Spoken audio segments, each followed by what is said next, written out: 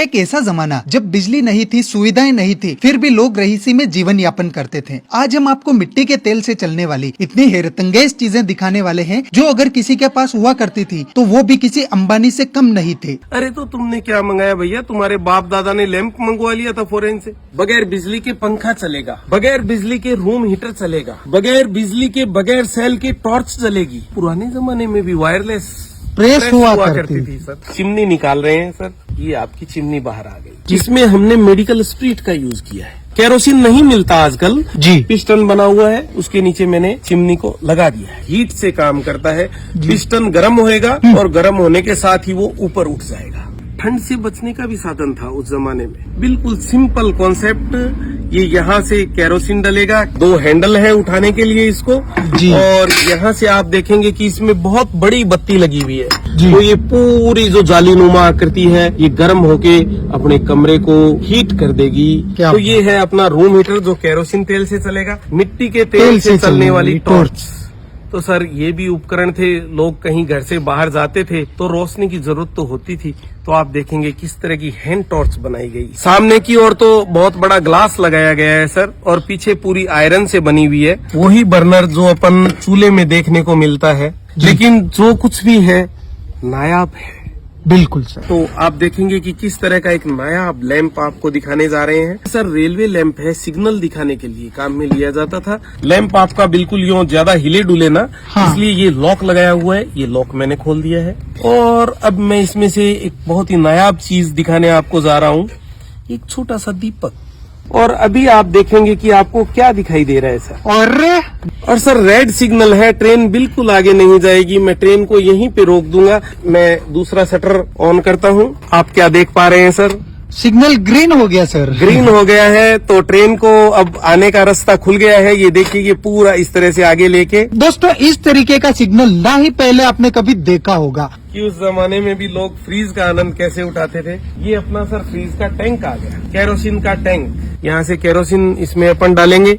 जैसे सर गाड़ी में फ्यूल मीटर होता है जी, कि आपकी गाड़ी में कितना पेट्रोल है, कितना डीजल है, तो ये इसका फ्यूल मीटर है सर। जैसे ही इसमें अपन केरोसिन डालेंगे ये ऊपर उठ जाएगा। ये आप देखेंगे कि इसकी लॉ को कम ज्यादा करने का सिस्टम। देखिए सर, बत्ती में भी कुछ हरकत हो रही है। बिल्कुल सर, यहाँ से ये फ्रीज के अपन टेम्परेचर को या फ्रीज के फंक्शन को ऑपरेट कर सकते हैं जी। तो अपन फ्रीज खोल के देखते हैं कि अंदर से कैसा है अपना फ्रीज। और ये मेरा फ्रीजर है सर। हाँ। और इसको चिमनी को कैसे इंस्टॉल करेंगे तो अपन ये देखते हैं सर। ये नीचे का दरवाजा खुल गया है अपना जी। और आप देखेंगे कि इसके टायर लगे हुए हैं सर। ये देखिए, वाव। क्योंकि टैंक भरने के बाद में इसमें काफी वजन हो जाता है।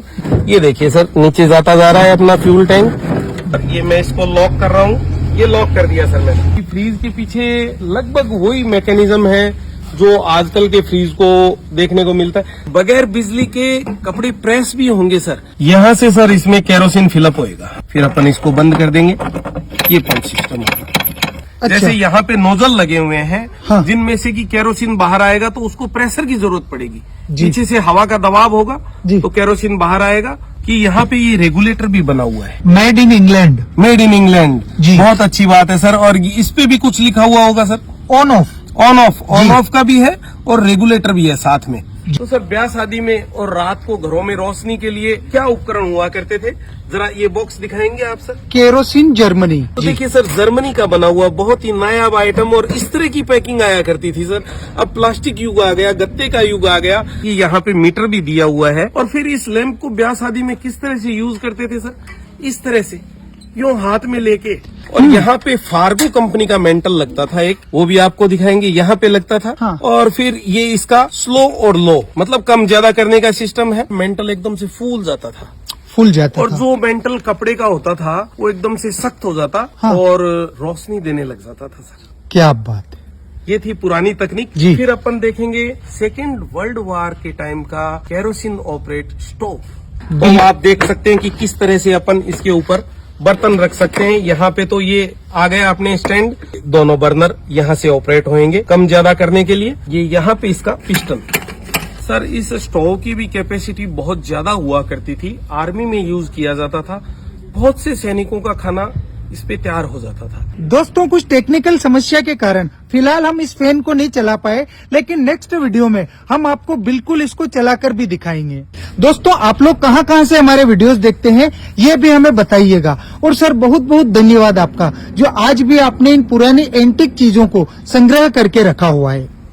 धन्यवाद। दर्शकों का भी बहुत बहुत धन्यवाद।